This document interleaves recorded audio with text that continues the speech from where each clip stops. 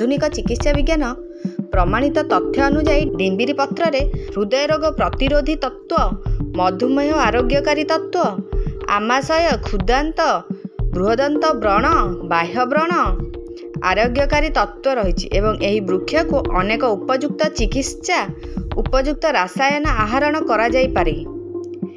यही वृक्ष लगी एवं पत्र रे यकृत प्लीहा विकृति जनित रोग उपशमकारी तत्व होइथिबा प्रमाण प्रतिपादित हो सारी।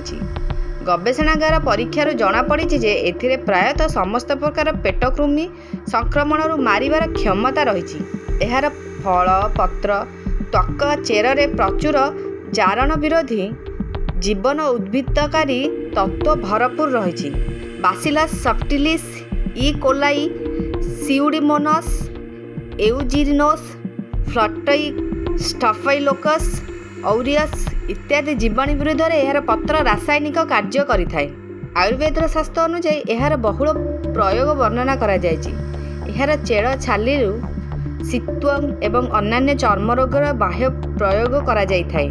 यार फल क्वाथ एवं त्वक चूर्ण, अर्श, अहान, कामल और अन्यान्य उदर रोग रे पित्तसारक चेरक हिसाब से उपयोग करा जायथाए। रक्त विकार रे तथा शोथ रोगर पक्व फलरस किंबा क्वाथ दिया जाए। प्रसूति स्त्री मानक स्तन्य क्षीर वृद्धि निमंते दिया जायथाए।